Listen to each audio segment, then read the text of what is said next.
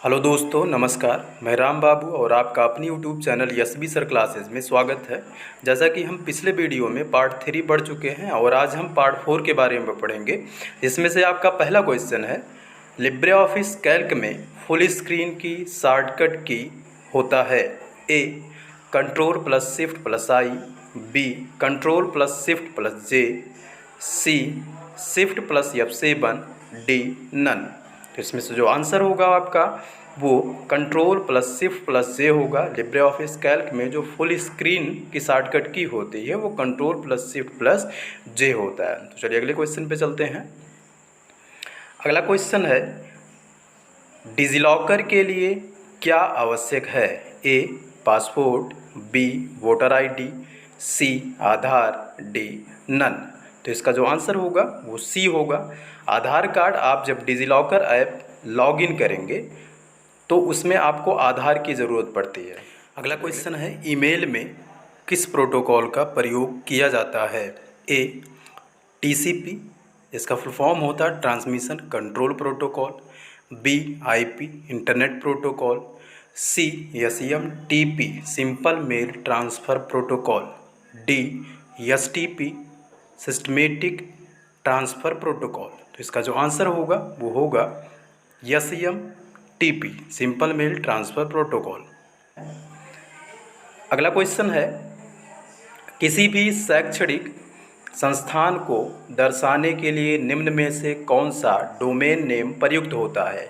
ए .org, B .mil, सी .edu, D none. तो इसका जो आंसर होगा .edu होता है। edu जो होता है ये डोमेन नेम केवल शैक्षणिक संस्थान के लिए होता है।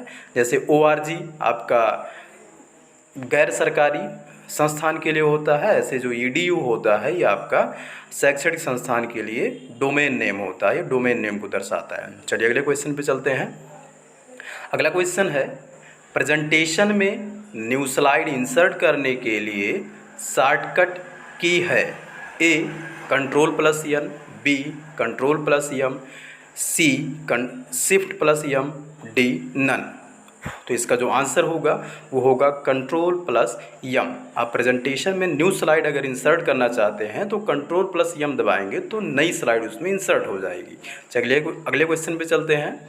अगला क्वेश्चन है, आरटीजीएस जिसका फुल फॉर्म होता है रियल टाइम ग्रॉस सेटलमेंट से पैसा भेजने की न्यूनतम सीमा कितनी है? आप आरटीजीएस के माध्यम से न्यूनतम कितना पैसा भेज सकते हैं? ए है 4 लाख, बी 2 लाख, सी 3 लाख, डी नन। तो इसका जो आंसर होगा वो बी होगा 2 लाख। आप आरटीजीएस के माध्यम से कम 2 लाख भेज सकते हैं और अधिकतम की कोई सीमा नहीं है। चलिए अगले क्वेश्चन पे चलते हैं। अगला क्वेश्चन है, आईएफएससी का फुल फॉर्म क्या है?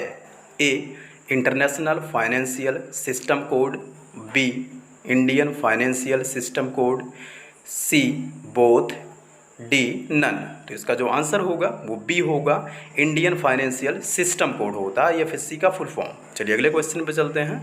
अगला क्वेश्चन है, आईएसपी का फुल फॉर्म है? A internet service provider, B international service provider, C both, D none of these. तो आईएसपी का जो फुल फॉर्म होता है वो होता है इंटरनेट सर्विस प्रोवाइडर, इसलिए आंसर आपका ए होगा। चलिए अगले क्वेश्चन पे चलते हैं। अगला क्वेश्चन है, क्यूआर का पूरा नाम है? A quick response code, B quick response card, C है बोथ, डी नन। तो इसका जो आंसर होगा वो ए होगा, क्विक रिस्पॉन्स कोड होता है क्यूआर का फुल फॉर्म। चलिए अगले क्वेश्चन पे चलते हैं। अगला क्वेश्चन है, आईएमपीएस का फुल फॉर्म होता है? A internet money payment service, B है immediate payment service, C both, D none. तो इसका जो आंसर होगा वो इमीडिएट पेमेंट सर्विस होता है, आईएमपीएस का जो फुल फॉर्म होता है। चलिए अगले क्वेश्चन पे चलते हैं। अगला क्वेश्चन है, लिब्रे ऑफिस विंडो बंद करने के लिए शॉर्टकट की क्या होता है? A control plus Q, B control plus O, C control plus W, D control plus X. तो इसका जो आंसर होगा वो ए होगा, control plus Q. Control plus Q दबाने से आपका जो लिब्रे ऑफिस विंडो होगा वो बंद हो जाएगा। विंडो मतलब पूरी एप्लीकेशन बंद हो जाएगी। चलिए अगले क्वेश्चन पे चलते हैं। अगला क्वेश्चन है MAC एड्रेस कितने बिट का होता है।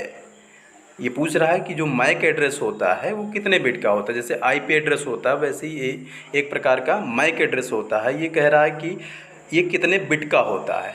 A 32 bit, B 128 bit, C 48 bit, D सभी। तो इसका जो आंसर होगा वो C होगा। जो आपका मैक एड्रेस होता है ये आपका 48 बिट का होता है। आपका जो 32 बिट का होता है उसे IPv4 एड्रेस होता है।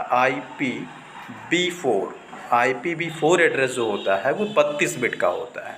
ये IPv4 का फुल फॉर्म होता है इंटरनेट प्रोटोकॉल वर्जन 4, ये 32 बिट का होता है। उसके बाद एक और होता है IPv6 जो कि 128 बिट का होता है। तो इसका मैक एड्रेस का जो होता है वो 48 बिट का होता है। चलिए अगले क्वेश्चन पे चलते हैं।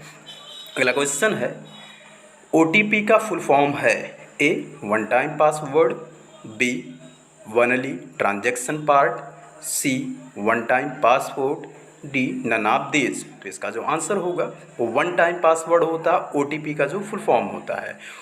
चलिए अगले क्वेश्चन पे चलते हैं। अगला क्वेश्चन है QR के फाउंडर हैं। A है HP, B Denso Wave, C Microsoft, D none. तो इसका जो आंसर होगा वो होगा B डेंजोवेव। डेंजोवेव जो है ये जापान के एक टोयोटा कार की कंपनी में काम करते थे।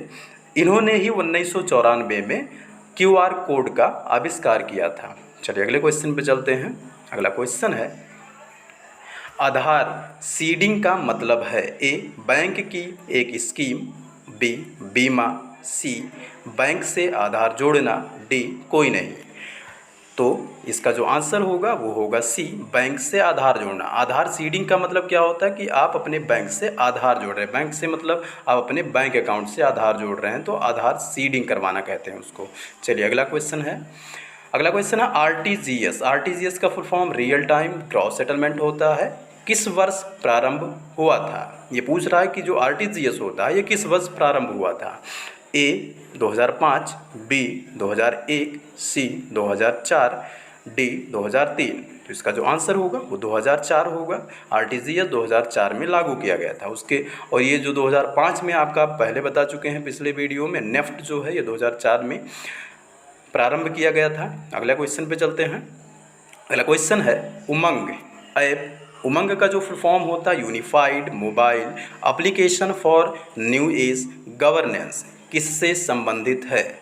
A digital India, B e-commerce, C business, D none. तो इसका जो आंसर होगा वो A होगा डिजिटल इंडिया। उमंग ऐप जो है ये डिजिटल इंडिया से संबंधित है। अगले क्वेश्चन पे चलते हैं। अगला क्वेश्चन है लिब्रे ऑफिस कैल्क में किसी सेल की ऊंचाई होती है। A 0.15 inch, B 0.18, C 0.17, D 0.13। तो इसका जो आंसर होगा वो B होगा 0.18। यहाँ पे 0.18 इंच होगा, यहाँ पे लिखा नहीं गया तो इंच होगा।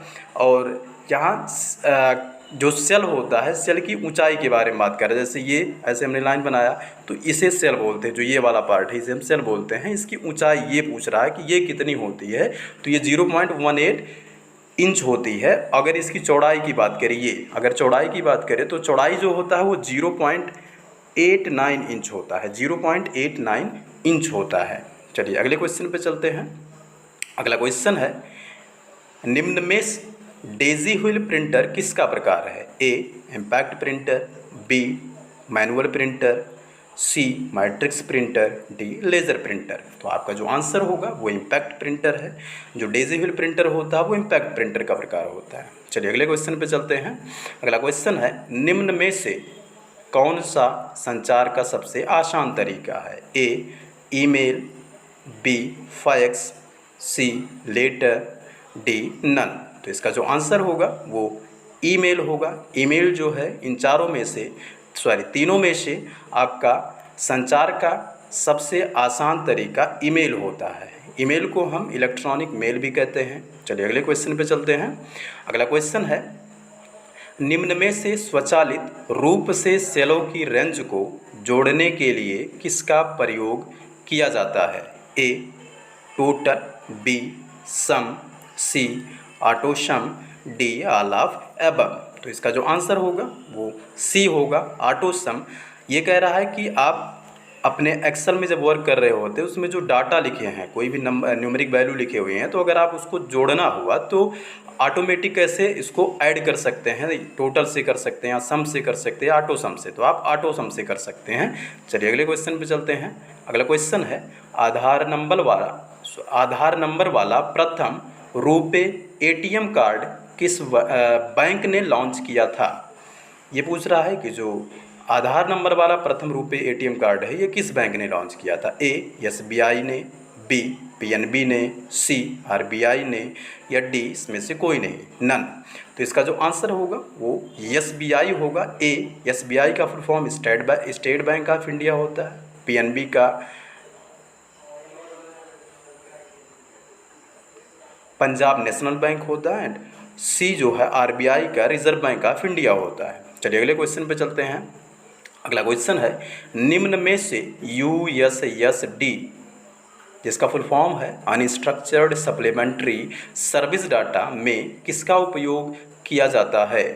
ए है ईमेल, बी है ओटीपी का full form one time password होता है, सी है यम पिन जिसका full form mobile banking personal identification number होता है, एंड डी नन इसमें से कोई नहीं है। तो जो आपका आंसर होगा वो होगा सी यम पिन। यम पिन जो होता है ये मोबाइल बैंकिंग के लिए आपको एक आइडेंटिफिकेशन नंबर दिया जाता है जो कि 4 से 6 डिजिट का होता है, कहीं कहीं 4 होता है तो कहीं 6 डिजिट का होता है। जैसे आप फ़ोन पे गूगल पे वगैरह यूज़ करते हैं तो उसमें भी आपको यम पिन डालना होता है, तो वैसे ही आप जब भी मोबाइल बैंकिंग का यूज़ करते हैं तो आपको यम पिन की ज़रूरत पड़ती है जो कि एक सीक्रेट कोड होता है। ठीक है, चलिए अगले क्वेश्चन पर चलते हैं। अगला क्वेश्चन है, एनआईसी का फुल फॉर्म है A national internet card, B network interface card, C network internet card, D none of these. तो आपका जो आंसर होगा वो होगा network interface card, option B is correct answer. अगले क्वेश्चन पर चलते हैं। अगला क्वेश्चन है, लिब्रे ऑफिस राइटर में अधिकतम फॉन्ट आकार होता है? ए 22, बी 99, सी 100, डी 96। तो जो आपका आंसर होगा वो 96 होगा, ऑप्शन डी। जो लिब्रे ऑफिस राइटर होता है इसका अधिकतम फॉन्ट आकार 96 होता है और न्यूनतम 2 होता है। तो चलिए दोस्तों, ये आपका इस वीडियो का 25 क्वेश्चन कंप्लीट हुआ। यदि हमारा वीडियो समझ में आया तो वीडियो को लाइक करें, चैनल को सब्सक्राइब करें और शेयर करना ना भूलें। धन्यवाद।